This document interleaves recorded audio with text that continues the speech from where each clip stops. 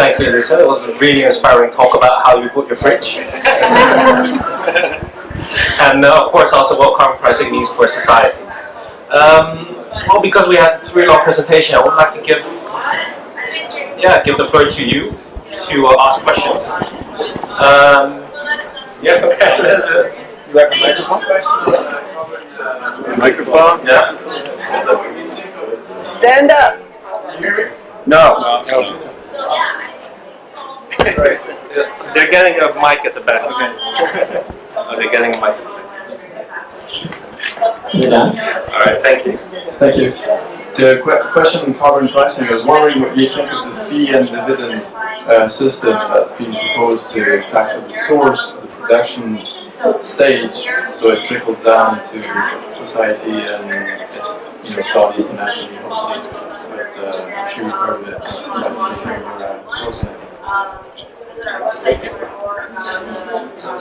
The question about the fee and dividend. So that's right.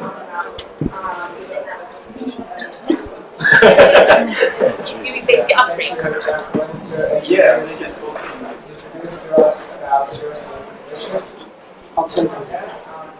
We have some people that can talk about it out here.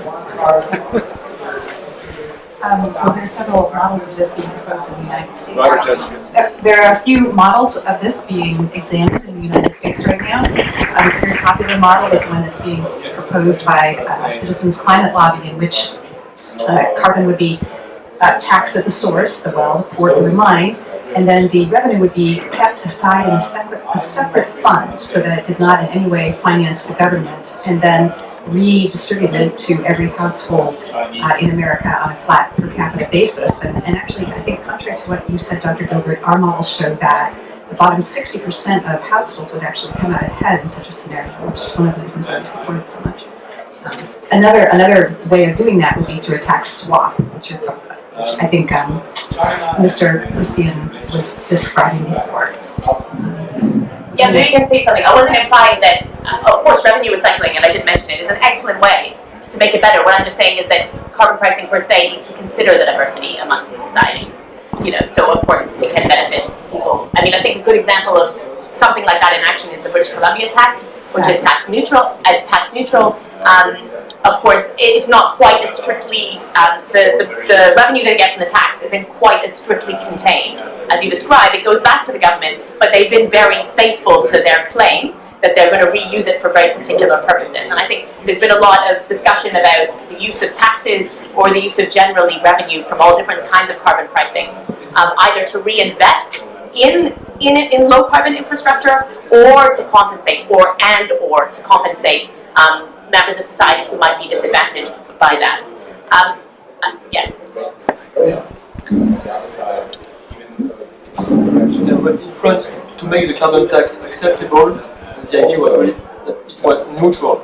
It was neutral on the tax system, no more tax. People are fed up with that. So it's definitely tax neutral.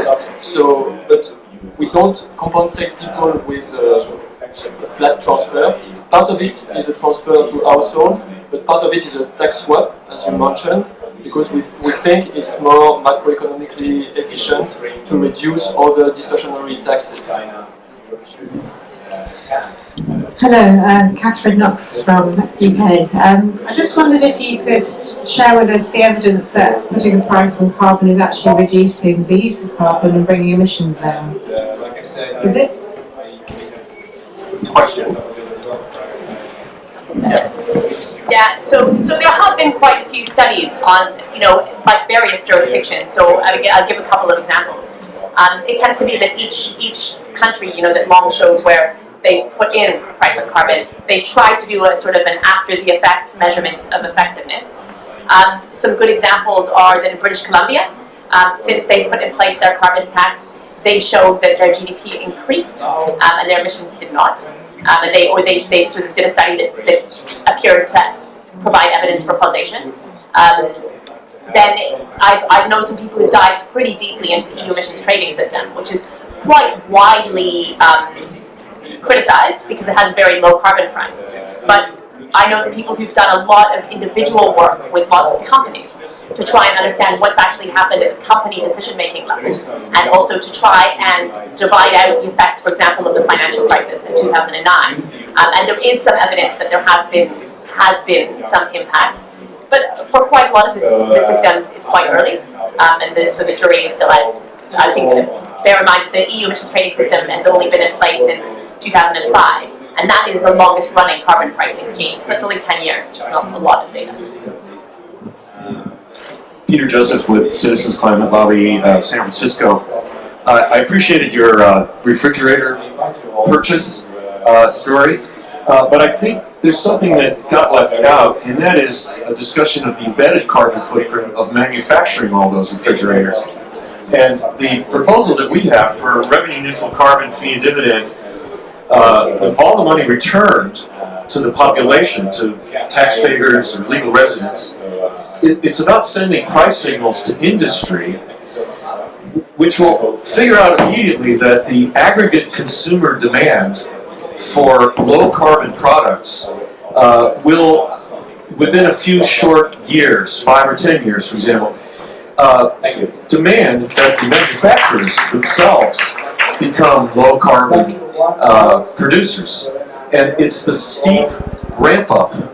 Ours ramps up $10 a ton per year. It's that steep ramp up that sends the price signal to industry that they better quickly change their processes to become less carbon intensive.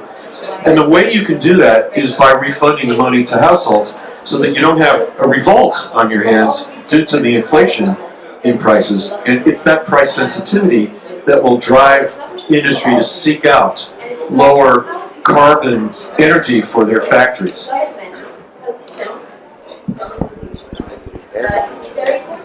Comments? Well, I mean, I did mention the embedded carbon after I gave the example.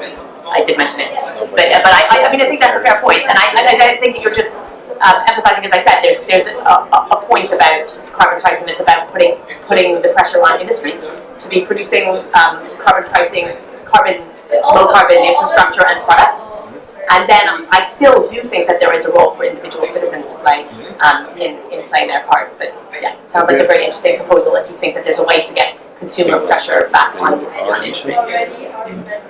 Speaking of the role of individual behavior, I'm a student. My name is Shana. Thank you all. And I am obviously very supportive of carbon pricing. I agree that it's a really effective way, hopefully, to reduce emissions. And I'm just wondering if any of you have any examples that you know of students mobilizing for carbon pricing, or any suggestions about what that could look like, because it's not as straightforward as something such as fossil fuel divestment from the student point of view. And I'm hoping to help mobilize students. It would be great for some lessons, words of wisdom. Thank you.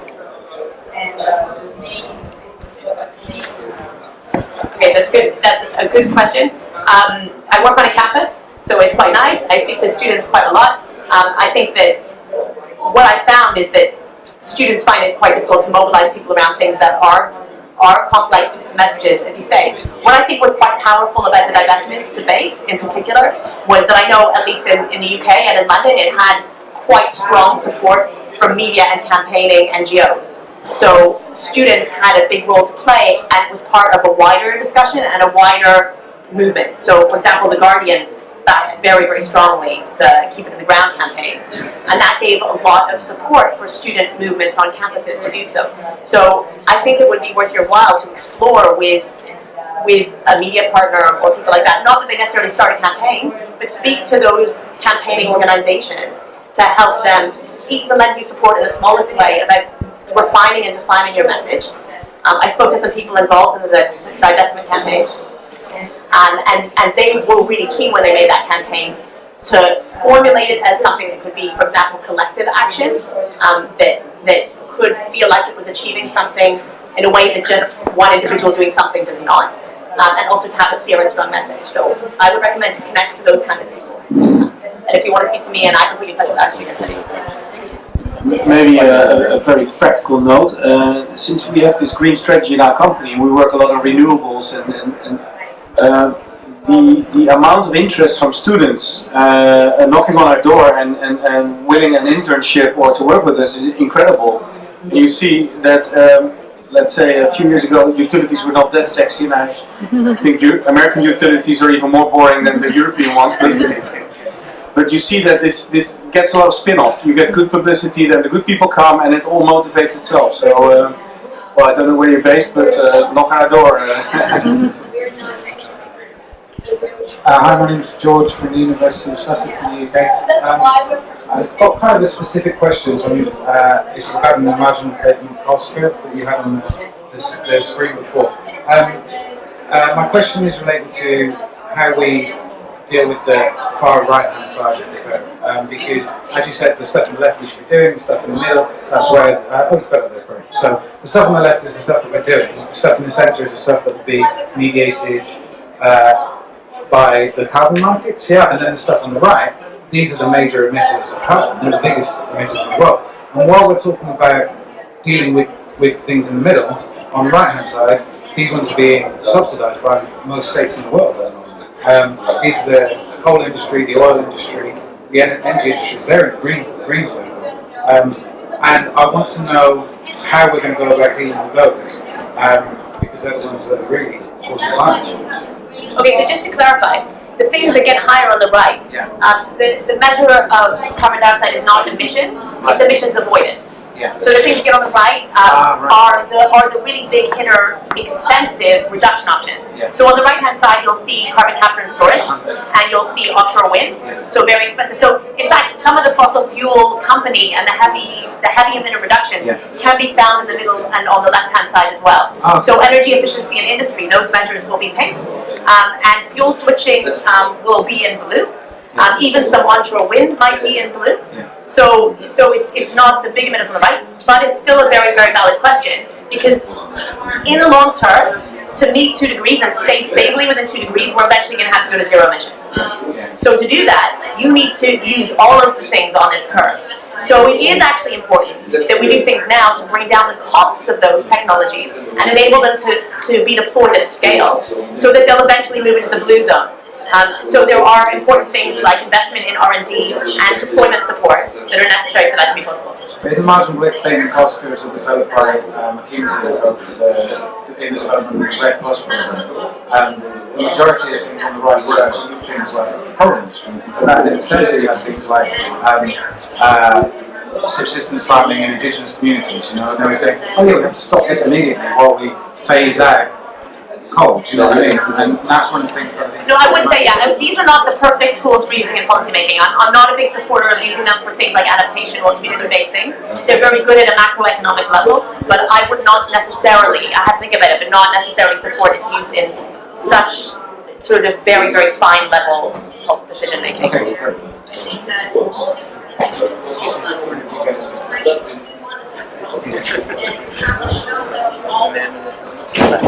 Hi, sorry. I'm Paul from London, UK. Just thinking about the French carbon tax, which I'd not heard of. I heard a lot about the Australian situation and the arguments that went on over that, which is perhaps an Anglophone thing. We don't hear so much about what happens in France. But I was wondering about the public opinion, how it was sold to the public, how the public reacted to it. I mean, you mentioned that you're giving the money back to them through reductions in labour taxes. So what would happen to, say, someone who's unemployed or not working, who's presumably not paying labour taxes? Are you giving money back to everyone? Is everyone kind of covered, or is anyone left worse off as a result? Maybe I mentioned it very quickly, but so it's part of the revenue raised with the carbon tax is paid back to households to compensate households, and we have a microsimulation model to appraise the differentiated impact among households depending on their revenues, depending on where they live, and so we try to target the compensation to the poorest to make it neutral, at least for them. So now it's not yet totally defined, which was the level of income that will benefit to the compensation. But the idea, yes, is to make it acceptable. We compensate with revenue, but part of it is used to reduce taxes. And to be very honest, the way we introduced the carbon tax in France was a bit sneaky. And at the beginning, it was totally budgetary neutral for household, totally unseen. And nowadays, with oil, very cheap oil, people has not yet seen that there was a difference for them when they buy gasoline. But when the price, have you seen, you saw that the trajectory is very ambitious, 100 euros in 2030. So at some point, it will be very noticeable for people, and it may have maybe a reaction, strong opposition. But so far, so surprisingly, it was very well accepted. I'm Jean from Bordeaux, sorry for my English, but I'm very interested in the carbon price subject because as an association, our association is TACA, T-A-C-A. We think, here we are in the COP, and we have to, we know that global warming comes from greenhouse gas. We have to drastically cut our CO2 emissions. For us French, we have to divide by 4. For American people, they have to divide by something close to 10. So it's a huge change of way of living, of way of producing things. So as long as it will cost less to pollute than not to pollute, we'll go on polluting. This is obvious. The carbon price is a tool to help us. But also here at the COP, the carbon price is also the good agreement, because it's fair that anyone pays the pollution at the same price. And for this to be shared with everyone, all the money collected must be divided with the same share for every human being. So the poor country will receive much more than they will have to pay. But it's not, in fact, a problem of country, it's a problem of every human being. Piketty, 2 weeks ago, published a study showing that the richer people in the world emit in a year 2,000 more than the 1% less rich. So the differences of carbon emissions are directly linked to our way of living. The carbon price is a good solution for the COP. I would like to hear your advice. This could seem an utopia, but what we know is that CO2 is a greenhouse gas, and this is not an utopia. We cannot COP around this. We have to face this. I can definitely agree. So speaking, I like carbon pricing. I think it's the right thing to do. I think the biggest danger, though, is embracing carbon pricing as the solution and then having the low carbon price. Yes. And then it becomes something that people can hide behind, all those businesses, and there's a real risk. All the, some major oil companies that come in favor of a carbon price, it makes a lot of people a little bit suspicious. And that's because worse than no carbon price is a low carbon price, because it won't affect change, and then they can say, oh, we have a carbon price. And so, there is some risk in that. In terms of redistributing the benefits and redistributing the benefits to individual citizens around the world, that's also quite complicated fiscally. And I think the way that you see that working within all of these mechanisms is one of the major debates going on right now at COP is about climate finance. And climate finance is a way to redistribute money from the wealthy countries to the poorer countries. And in fact, that could be the way that it would work, right? A country has a carbon tax, they get revenue from their own citizens, and then they give a chunk of that through climate finance to another country. So I think it sounds great. Yeah. So let me put it a bit in context. So here you see a graph of several countries where their tons of CO2 emissions are. in 2014 of each person. So you see quite a lot of rich countries up there, which have like at most 20, well not even 20 tons of CO2 per capita. So with the carbon price now, that's less than 10 euros. That would affect them, what, 100 euros per year. So for 100 euros, there's a question, will it change behavior? For a lot of them, it will not change behavior. But then the question is also, should it change behavior? Or should maybe some other instrument be used? So we see that with France, they are increasing the carbon price by quite a lot, so it goes up to 100, where then it becomes quite a significant sum that you could save in terms of money every person per year. More of a comment than a question.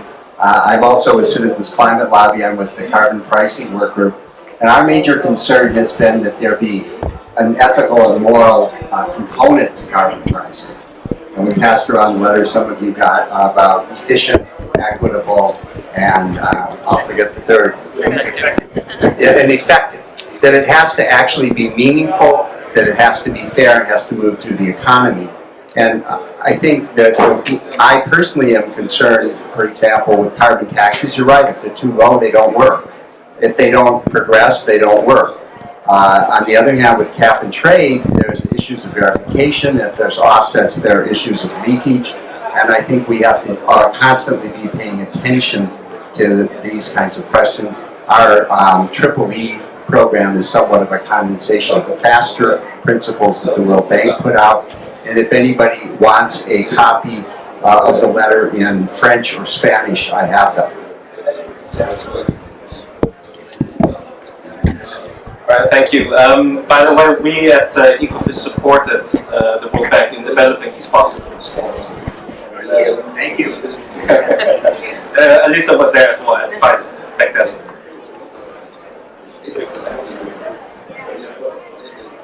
Just a quick question. One of you said about the price of oil is very low this year. So just remember that many analysts are saying that this is a perfect situation to put carbon pricing. And so how comes governments of that size the opportunity to do that? It's the perfect moment to introduce a carbon tax and to take what we call the oil rent into our country, definitely. But what it needs political strength, political will, and many governments are not ready to do that. But well, just one point, it's a nation-by-nation fight, I guess, to introduce carbon price. Because you may be disappointed, but at that COP, the outcome will not be a carbon price throughout the world. But it would be a good agreement. It's a fair. I'm not sure it's necessarily fair to make people pay the same carbon price all around the world. Because sometimes you're not responsible for your emissions. When you buy a fridge, you're responsible of what type of fridge you buy. But when you live in Paris, for instance, well, with a very dense public transport system, it's totally different if you live in Atlanta, for instance, in the US, a very sprawled city, and you need to take your car to go to work. And so, well, part of our emission depends on infrastructure, where we depend on. And so, it's not totally the choice of the consumer. Measure your footprint. You know that there are tools to measure our own footprint. You will see the impact of the infrastructure. It's very low. Yeah, so the comment is that there are tools to measure our carbon footprint. And that's indeed the case, and it's sometimes when you have an option to choose, then you should certainly use those tools to choose one of the lower carbon options, but sometimes you do not have the options. So then the question is, what should you do then? Should you just stay home and not travel at all? Or should you, travel even? So it's one of the considerations. Thank you so much for having this panel. My name is Johnny Guy. I'm a student at the University of Chicago. And it seems like, going off what you previously said, it seems like there's a consensus among economists that carbon tax is the most efficient policy in terms of reducing emissions. But I'm always curious to hear your perspective on the political economy side of things, or like as of right now, for example, carbon tax, revenue neutral tax swap in any form or shape on the national level in the United States is a non-starter, quite frankly. And so I'm wondering why do you think that is the case, and how can carbon policies, specifically carbon tax, be designed in a way that they're passable and effective? So. Answer a political question. Okay, I'll start, and then I think you better answer part of the political question. I think at the end of the day, decisions about carbon pricing are ultimately political. So you're right to say that. So a decision about whether or not you implement any type of carbon pricing, and then which type of carbon pricing you implement, is a very, very political decision. It's a very, very political decision, and it's based on, like I said before, a whole load of cultural factors. As you say, some things in certain places, certainly some types of taxation are just absolutely not acceptable. And it's not about a carbon price. It's not about what's right or what's most efficient or what could be the best. It's about what people will vote for. So, here we're having a discussion about what could work technically. But that's not, of course, as you're saying, the same as what could work politically. So I think what's really important and is heartening, I think, is to see political leaders and business leaders recognize the value of this. Because then those political leaders, and once they're sold on it, can start figuring out how they can start to sort of build confidence in it. Because a lot of implementing a carbon price and getting public support for it, people need to trust that the politician will do the right thing with the revenue, or keep it at the right level, or whatever. So it's bringing those leaders on board, I think, is actually really, really important. And the same is true for business. So having businesses, like Helen was saying, to really support having a carbon price, and are lobbying government and saying to government, a carbon price is good for us, a carbon price is good for the economy. The political powers will listen to kind of the business voice. Hi everyone, thanks so much for your contributions over here. I'm a student from the University of Waterloo in Canada, and it's really interesting you mentioned British Columbia, and I'm thinking about the other comments. I don't know if it's being talked about in the research a lot, but you hinted at it, the political, psychological, social, and cultural impacts of a carbon price seem much more meaningful, potentially, than the actual price. When you have a loud carbon price somewhere like British Columbia, where it hasn't even changed much, but it's in the media repeatedly and growing, even when they don't talk about it as much as they used to, it's having a greater influence than in places where you might have one that's increasing rapidly, but was kind of brought in secretly, so to speak, or brought in quietly, a soft carbon price. People forget about it because they don't remember what it looked like. It's not shown separately in many forms. And so is that being looked at a lot in the research? Is that being considered about what is the impact for people psychologically, or what is the impact based on how much the media may cover? Big news, this is happening with the carbon price, what you should know and what you should do about it.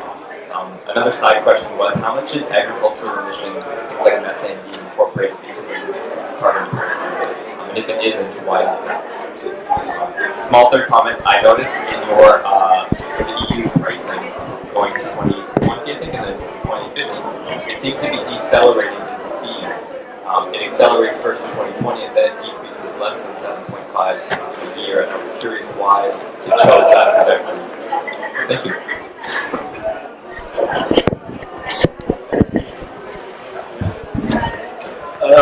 Well, first of all, on media coverage, it's of course very difficult to see how the public will respond to it. Because, for example, British Columbia, where the sentiment was more or less 50-50, where some of them supported and some of them didn't. But as long as when they introduced the carbon revenue part, neutral part, then more people started supporting it, even businesses started supporting it. Whereas it depends also on the people that are just the population, how the society is. In France, maybe, well, Baptiste can talk a bit more about it, but in France, I expect that they are already so in taxes. I mean, they are from the EU, there are also other taxes. So it may not be the most beneficial for the society, for the governments to publicly talk about these carbon taxes. I think you raise a really interesting point. Actually, I really like the way that you're looking at it. I think in general, in climate policy circles, there's increasing, and has been for a few years, recognition that behavioral aspects of all climate policy is the key, right? So you're absolutely right to raise it in relation to carbon pricing as well. And that can include things about the way it's communicated, but also, like I was saying, the way in which people and also the way in which businesses make decisions is not as simple as an economist, not all economists, might make it. So, you know, the sort of beauty of economics, which looks so simple, is not the reality. So I think you're right to jump on that. I don't know of any research that people are doing about that in particular. I think it's a great question. This is a question for Baptiste in particular, in terms of how a government actually introduces some of these carbon taxes to the public. And we saw, for example, that in France a lot of people also opposed to the carbon tax. So that was the case for the Bonnet Rouge, who blocked all the roads. I think probably because there was a problem about the communication of that tax to the people who were concerned. So my question, I guess, is how do we do this carbon tax? Do we educate people, which might take time, or do we sneakily introduce a tax which people want? Well, actually, there was a strong opposition to the eco-tax, what we call the eco-tax. 1 year ago, the tax you mentioned was not the carbon tax, it was eco-tax on transportation, on a big truck. And this tax was very consensual, but there was a riot in Brittany, and so the government decided to stop the tax.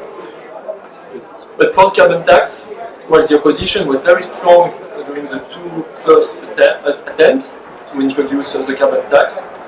Even if in 2009 the process was very participatory, we invited people from civil society, researchers, from unions, and it was really designed in a participatory manner, but it was blocked for constitutional reasons. It was a big surprise.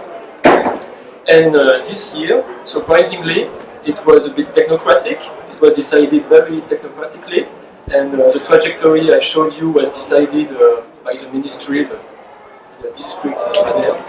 And well, so far we don't have strong opposition, but there are many people who said we don't have opposition because oil price is very low, and the best way to introduce environmental tax is just you know, we say in English, but un grand soir fiscal, you know, just totally renew the fiscal system, as the Nordic countries have done at the beginning of 2000.